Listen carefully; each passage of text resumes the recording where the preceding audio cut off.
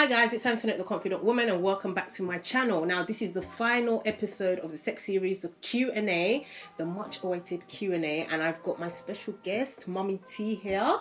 And yeah, we're going to go through a couple of the questions. Now when I sent out the questions, I only got 2 responses, so I'm leaning back on a lot of the questions that came in from the cam team. Shout out to you guys. If not for you, we wouldn't be doing this right now. So yes, the reason I invited my mom is because she practically taught me most of what I know about sex, and I just thought who better than to come and answer some of these questions, especially since she's been at the game for quite a while. Yeah, would you agree?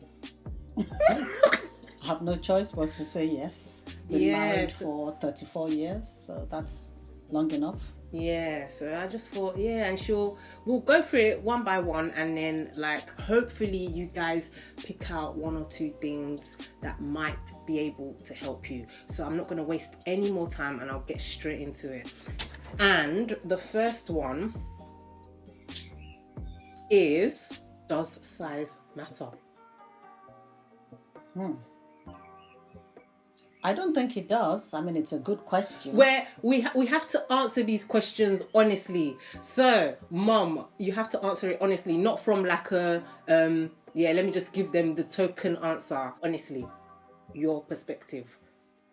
I think unless you've had or tried out many different sizes, you wouldn't be in a position where you're comparing does size matter. Because because whatever size you find yourself with, I don't know if that sounds right. You gotta put up with. That's your thing. So you just got to enjoy yourself with that person. Yeah, but okay, let me play devil's advocate. What if the size of your partner is small, so you can't enjoy yourself? I don't have that problem. That's what I'm saying, exactly. So I can't answer that. But that's the reason I said that it would depend on whose are you comparing your partner's size with. Have you had a bigger one? Have you had a medium-sized one? How do you know his is too small?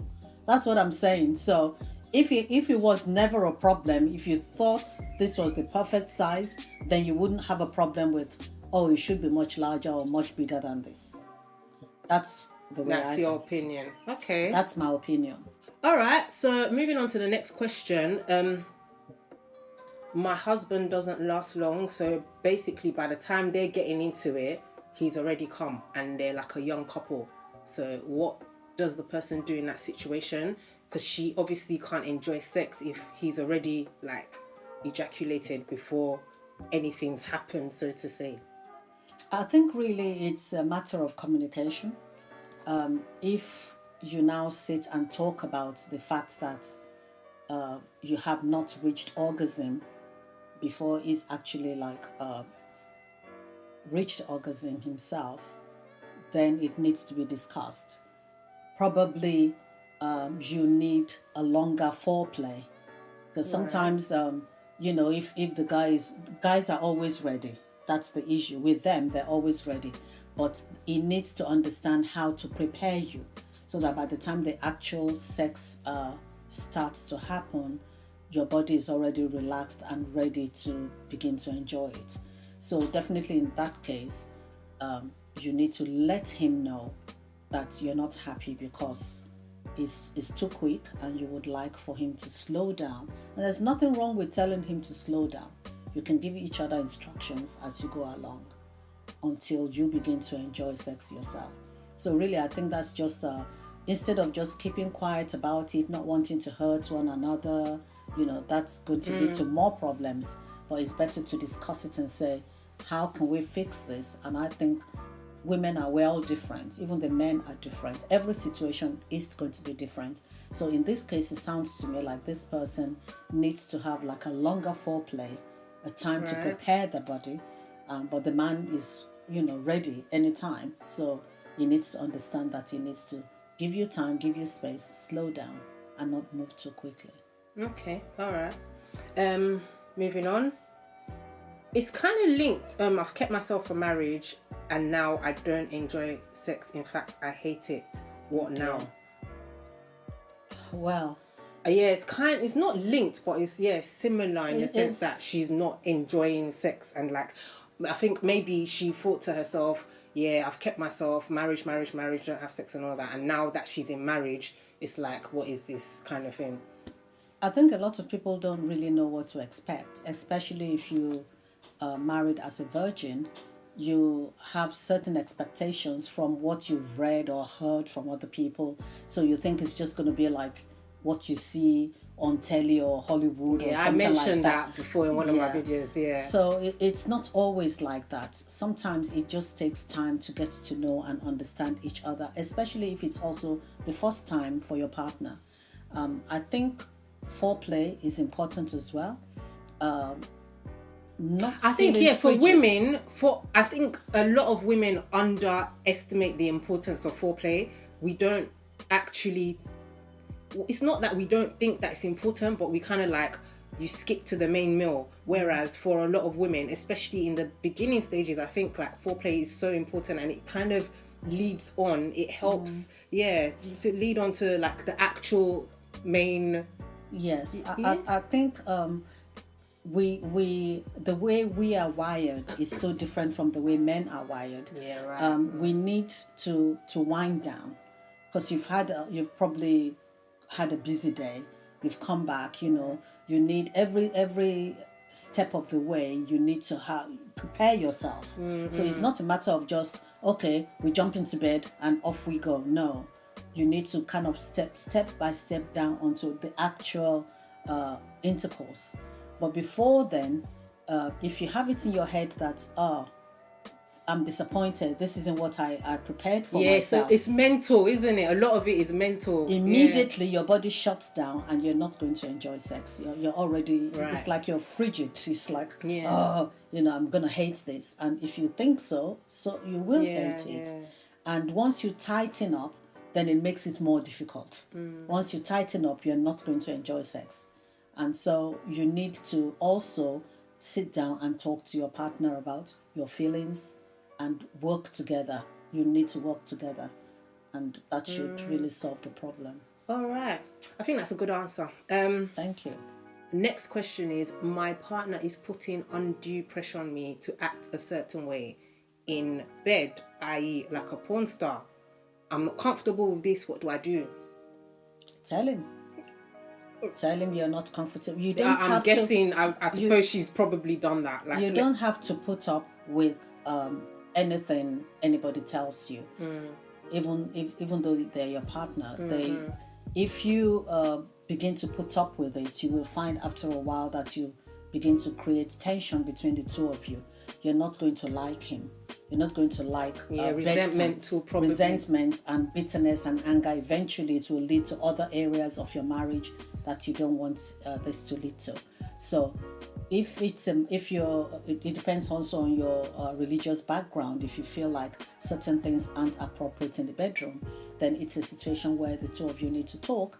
If he's not listening, then there should be somebody that he can respect, like a mentor that you can talk to and say, this is the issue going on, I don't feel happy with this, and then they can sit down with you and find out what the problem is. And it might just be lack of knowledge in certain areas that he needs to understand. This should not really, if your wife is not comfortable with anything, then it shouldn't happen in the book. It's a no.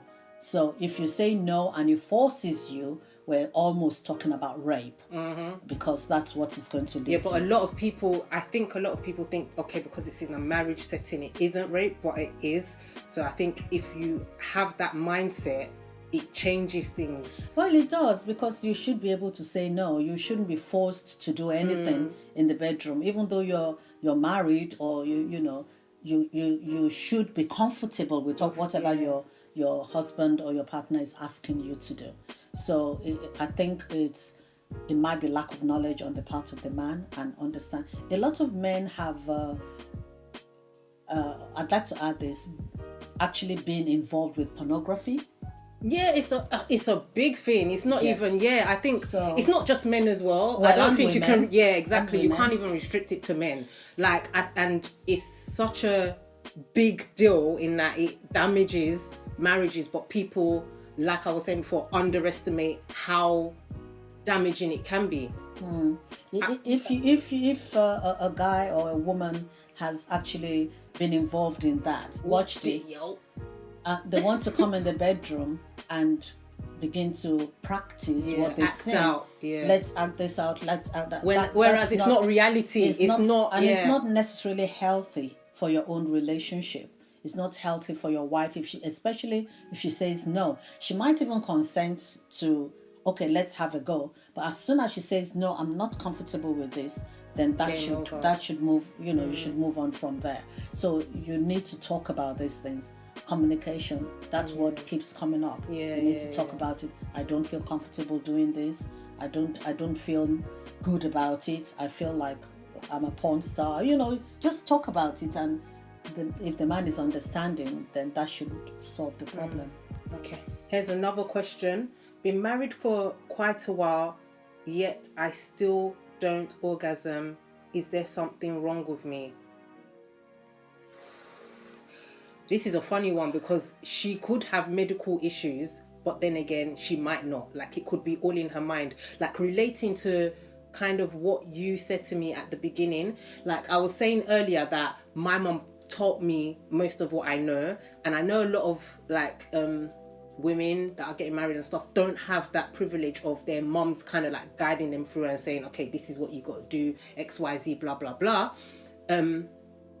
But through her suggesting, okay, have you tried this? Have you tried that? And a lot of what I had was mental. So a lot of what I was going through, it was based on what I had heard. So not necessarily from her. It wasn't even from her, because she didn't say anything about sex in a derogatory manner when we were growing up. I don't think you've ever known, especially from what you experienced. And you wouldn't want to do that. But like, for instance, youth church and stuff, you hear certain people saying certain things, and it's not necessarily, they're implementing more fear in the person, and then when it gets into your head, I think it's a problem in getting it out. So you've already got that fixed in your mind. What do you think? Yeah, I mean, that's very true. When we were growing up, we were told that we couldn't even move near a guy. If a guy would touch you, you get pregnant. Right. So for us, it was like, I can't move near a guy, otherwise I'm going to end up getting pregnant. So the fear was there, the fear of getting pregnant. And so when I got into a relationship, I always, that was my number one thing. When I eventually discovered that it wasn't just touching, it was more than that to get you pregnant, I now found myself in a situation where I was still afraid of sex, because I had been told so many negative things about sex. Right. So it could be that this person has different ideas about what sex is and what it should be. It could also be that maybe for the first time was very painful, and then that's kind of left. That would lead on to you tensing up every time. If you're not fully relaxed, you will always feel tense. And once you are tense, you will not enjoy sex. So that could also be it. Another example is, for me, I had very bad pregnancies. So I began to associate sex with pain and bad pregnancies. So as soon as I've had a child, when I had you, the next thing was, oh God, please no, I don't want to be pregnant again, because for the last 9 months, I haven't been well. Yeah. So I have that at the back of my mind. So I always tense up now. Oh Lord, this shouldn't lead to pregnancy. Even though you're on contraceptives and things, you're still thinking in your head. It's to do with the mindset as well. It is. Yeah. So you need to actually find ways to relax yourself. You might need to have a hot bath before you go in. You put in some light music, calm yourself down. And if you need longer to reach orgasm, just walk with your husband, walk with a man, and usually he needs to slow down, ask you, how you feeling. Let him also develop parts of your body that actually turn you on, because there are parts of your body that, as you explore together, you will find that, oh, this actually relaxes me. So you need to talk, find that. If there's a medical situation, you need to see your GP and discuss that. Yeah. But first and before foremost, make sure that it's not something in your mind, psychological, that's holding you back. So, all right, okay, moving on. Okay, this is another different type. My husband, so this is the next question. My husband is having less and less sex, sometimes even now once a month. This is so not like him. He's acting like he's not interested anymore. Then maybe different, maybe he's worried. I never experienced that. No, maybe he's worried about something. Something's going on that's bothering him, that is not able to share with you. So you need to find out what it is. What is the problem? What's going on? And he could be withholding information. Maybe he discovered something really serious. Maybe he has a medical condition that is he doesn't want to share, and that's putting his mind off it. So communication again. But what's the problem? I feel like communication is tied into every single question. Yeah. Let him know that, I've noticed this. You don't seem interested anymore. What's the problem? Is there anything we can do? And if he says no, then okay. And if he says yes, then discuss it and support him. It could also be that you yourself don't present yourself well enough for him to be interested. I know that's a tough one, but you see, after a while, us women, it is a tough one, because after I had my children, it was you that was like, nah, you need to get yourself back into, because I was just like, the whole PJs, headscarf, everything, not even bothering kind of thing. You have to look good. You still have to remember that men have eyes, and even just the looking turns them on. I'm just saying that you have to make sure that you're not always looking your worst. I mean, there'll be days where you can't be bothered. That's okay. But if every day you are in more or less in tracksuits, and you're already sending a message to him that, don't come near me, and you've got pajamas that you have to undo some 1 million buttons even to reach any part of your body, that's a sign to the man as well that I don't want this. So you have to show him that you're interested, you're still looking good, you're available for sex, and whatever it needs to. But on the flip side, I think it's a little bit unfair in that men don't have to do anything. Have you noticed that? It's always the women. Like, the man can sit there, grow his pot belly, everything, but the pressure's always on the woman to look good. It's just something I've observed. I just feel like, I don't think the pressure. Why? I don't want you to see it as it's a woman's problem and we need to. I've just said that because I know there are a few women out there that can't be bothered.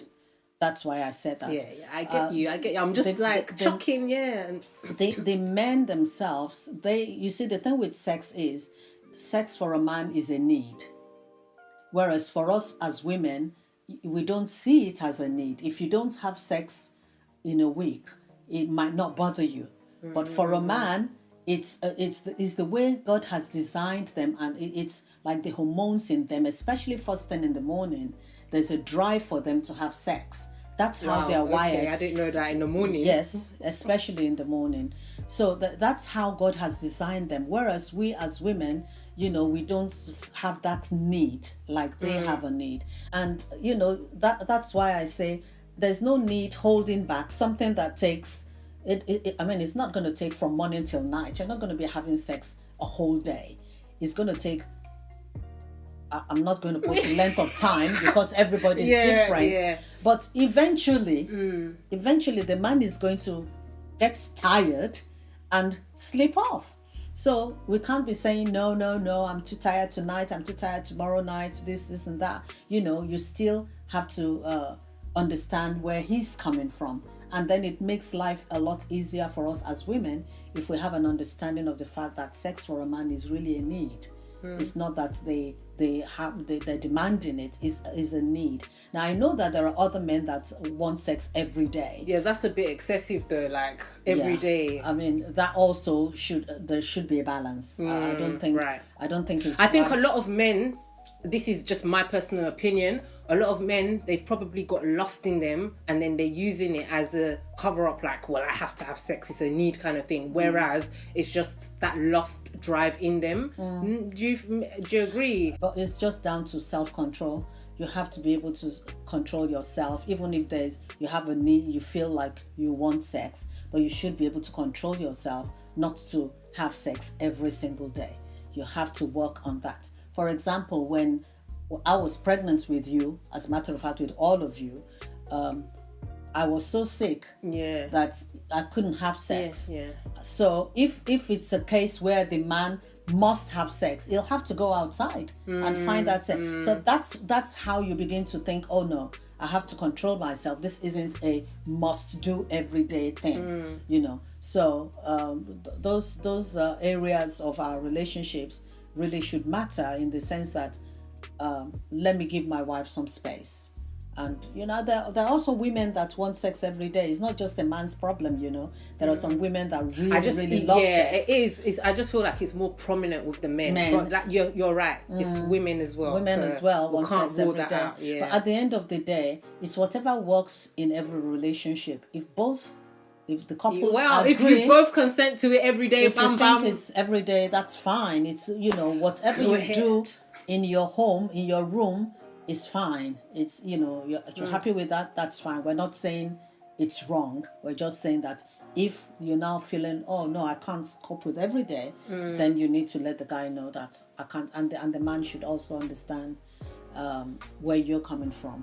Okay, so another question is, if you don't have sex before marriage, if it turns out like the guy's whack or like impotent or something like that, how would you know if you haven't had sex with him before you've got married? Well, my Christian faith teaches that you shouldn't have sex before marriage, and it's important why that's so, actually, because some of the questions we've been answering today would not arise, like what if it's too small, what if it's too large, and those sorts of things. Because if you've never had sex and you're having sex with just that one person, both of you are virgins, you begin to explore together, you begin to develop together, you begin to understand each other's body together. You have nobody to compare with. Right. When I was with John, it was like this. When I was with Joe, it was like this. There isn't any of that, so you're just enjoying each other. But if on the wedding day, because I know that the question is, what if it turns out the guy can't do anything? You suddenly find out that he's not able to perform. Pack your bags and go. No, I really don't mean that. I really don't mean that. It could be a medical problem. Number one, it could be like the guy is really scared and he doesn't know what to do. There's actually been a case where somebody had called me to say they didn't know what to do. So it could be that they hadn't actually had the counseling before marriage to explain to them this is the process to go through. It might not be that they're impotent, so we don't want to base it on that. If it now turns out that they really can't perform, they can't do anything, then it could just be a medical condition that could be fixed by the GP. There's a lot of medications out there these days that can help in that respect. If it's a much deeper problem, especially, I think in that case though, wouldn't the guy have known? Actually, some people don't know that they're like that, because I feel like if the guy knows his condition, that's something he needs to have told her beforehand. I think the guy should have known, because most men will have an erection exactly at some point in their life, whether they are married or not. Told her before they got married, because that's deception. That's a totally different question. Coming up with deception now. If we're talking about deception and the marriage was not consummated, meaning that they didn't have sex, then obviously the woman has a legal right to leave. But there is no marriage in that situation. So those sort of cases come up as well. Actually, they do come up where the woman has been deceived. Okay, and that happens. Okay, so we've only got like 2 more questions, but one of them is it okay to have sex in the room with a toddler? So like they've got a toddler and they have to sleep in the same room. Is it okay to have sex? I think most times, most parents think that the child is fast asleep and they don't know what's going on. I think it's very risky. Should the child wake up in the process and, they may have woken up for a while and not say anything and they're watching you. There was actually a case where a woman was sharing with me how her child was telling another child one day how her daddy beats her mommy up every night because they were having sex, and obviously the child thought the dad was hurting the mom, and you can't even ever imagine how later in life what sort of psychological effect that can have on the child. Like the dad is always beating the mom, and when she figured it out, she was like, what, where did that come from? It made sense to her that it's when we're having sex. I didn't even know the child was awake. I think if you have to put your child in the lounge or you have to go in the lounge, don't do it in the same room. If it's a baby in a cot, baby's different. It's different, but a toddler, you'll be amazed how much children know. They're getting smarter and smarter all the time. I agree with that. So it would be best not to. Just make sure that you take care of that so that you're more relaxed. Also, we're talking about awkward. I can't even imagine. That would make you wouldn't be relaxed. You'll be thinking about you'll be thinking, is that just child in case. Gonna wake up? So you need to be able to focus on yourselves and not on what if this child wakes up or that sort of thing. So you just carry the child, put them on the lounge or the settee, or you find somewhere or other place to go. If you are somebody who only has one bedroom, then maybe that's the way to work things out. And then this one's interesting. This question is interesting. I'm not attracted to my partner. Help. Well, it's a difficult question because it's a selfish one as well. If you were not attracted to your partner, why did you marry them? Get married to them. We're assuming here that we're talking about a couple that have married, because I don't want to assume that everybody we're talking to are in a married relationship. So there might be people that are living together and they're not married. If you're not attracted to somebody, then what are you there for? Why are you there? Why are you with them? I think, but from an African setting, this is just me interjecting. A lot of, you don't do this, you never did this. A lot of African parents are like, the attraction is not needed, kind of thing. Just, that's not what relationships and marriage is about. Get on with it, and then the attraction will come later. That kind of thing. And there are cases where attraction comes later.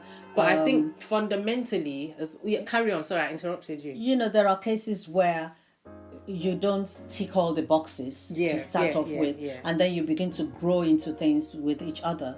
But if in this case now you find that you are absolutely not attracted to this person and you're only putting up with them, then that's not good. You shouldn't be with them. You should at least get them, let them be out, both of you be out of the relationship so they can find somebody that appreciates them for who they are, and you likewise. So don't just stay in there because you want to be seen to be with somebody, because at the end of the day, it's not going to work. Okay, guys, so this is the last question. What is the best position to orgasm? This is a question coming from a woman. From your experience. I can't answer that because we're all different. All right. That is the honest truth. You have to keep trying until you find a comfortable position for yourself. I've mentioned that in one of my videos. It's about experimenting, isn't it? That's it. And once you find the one that's good for you, then go for it. And if you want to keep exploring, that's fine. But it's not it's not just one answer to this question. For some people, they could find 3 or 4 different positions that work for them. For others, it's just that one position. So really, it's up to you and your partner what you find enjoyable. So I can't put say stamp this is on it. Yeah. All right, guys. Well, I hope you got something from. Or do you have any other pointers that you want to add before? No, I just want to say, marriage is of God. It's you're supposed to enjoy each other. Apart from having babies, sex is supposed to be for pleasure. You're supposed to enjoy each other. And if you're not, talk to somebody about it. You don't have to be quiet about this and just be suffering in silence. Yeah.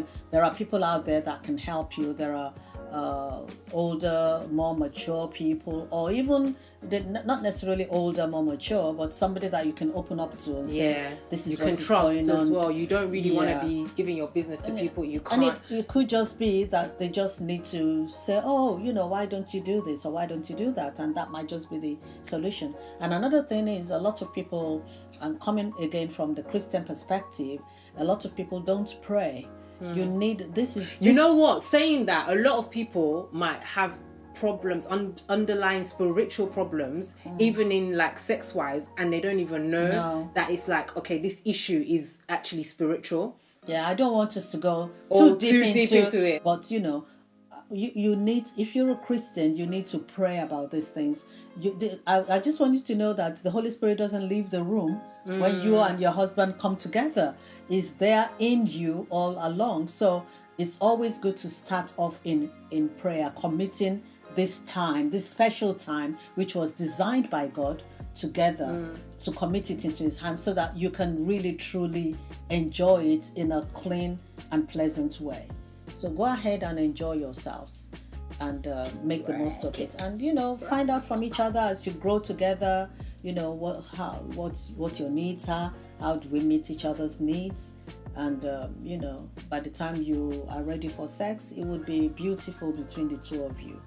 And men, I don't know if men actually watch your channel. There's one or two of them out there. Yeah, you can address them. Yeah, just understand your wives, understand us women, understand where we're coming from. We're very emotional, and you guys are ready all the time, but we need time. So give us that time and understand us. And we have hormones. We have times of the month that we don't necessarily feel like having sex. Once all that's understood, there shouldn't really be an issue. Yeah, I think the more you understand each other, the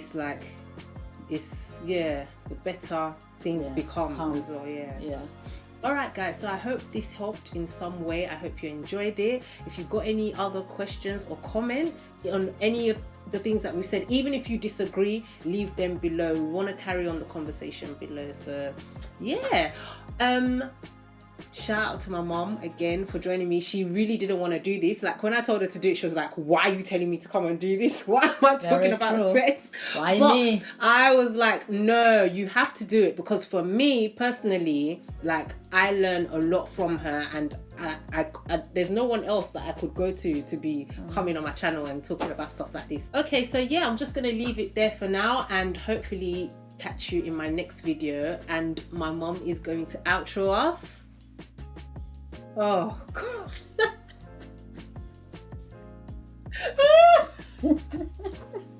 It's one step at a time to becoming confident. No, I didn't know. No, before you started, you said I'm going to end it. So I was expecting that you would start. Start what? I was ending it. It's one step at a time. Yeah. And then you turned to me to complete the sentence. That was what you did before. But why would I do that? That was what you did before. No, but I said you were going to do my outro. Meaning you do the whole outro. I don't know what outro means. Anyway, guys, it's one step. No, I'm not doing it. Okay, just end it. Yeah, it's one step at a time to becoming confident. Bye for now. Bye. Oh, please. Hi guys, it's Antoinette, the Confident Woman, and welcome back to my channel. I have my special guest, my mom. What do you want them to call you? Mom. Thank God this is a test.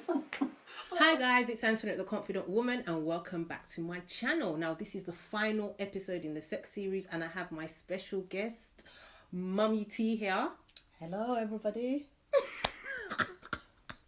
Oh gosh, are we ever gonna record this thing? Because I don't know what's funny. Hello, everyone. So what should I do? Like the president's wife.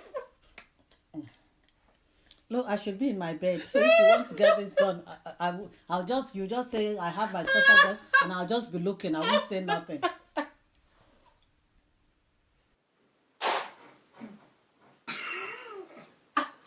That's You have to scare me. I have to clap the Are thing. you going to delete all that thing? Oh, my back. Shouldn't you have proper chairs? Okay, let's just go. This won't be long. Don't Where's worry. the coffee?